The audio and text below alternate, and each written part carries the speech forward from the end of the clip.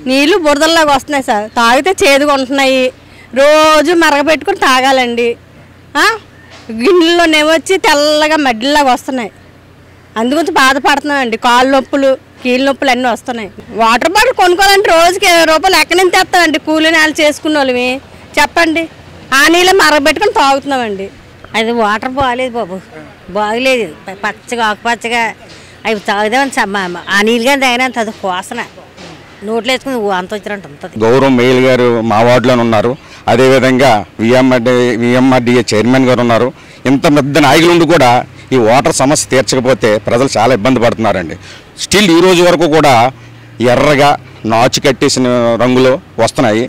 Private bottle కొనాలంటే 40 రూపాయలు bottle, రోజుకి 40 రూపాయలు ఒక బాటిల్. మినిమం తాగాలంటే 2 బాటిల్ ఉండాలి అంటే 80 రూపాయలు అవుతుంది. రోజుకి 80 రూపాయలు అంటే నెలకి ఎంత అవుతుందండి? ఈ ప్రభుత్వం వచ్చిన తర్వాత కనీసం మంచినీళ్ళు ఇవ్వకపోతే ఎలాగా?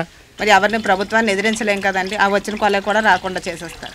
అందుకని వచ్చిన బురద నీళ్ళతోనే అలాగ అడ్జస్ట్ అయిపోతున్నామండి. ఎవరిని ఎదిరించి అడుగుతాం? అందరూ ఎప్పుడూ ఇలాగే ఉంటున్నాయండి. వర్షాకాలం అయితే మరీ ఘోరం, మరీ ఆకుపచ్చ నీళ్ళే వస్తాయి.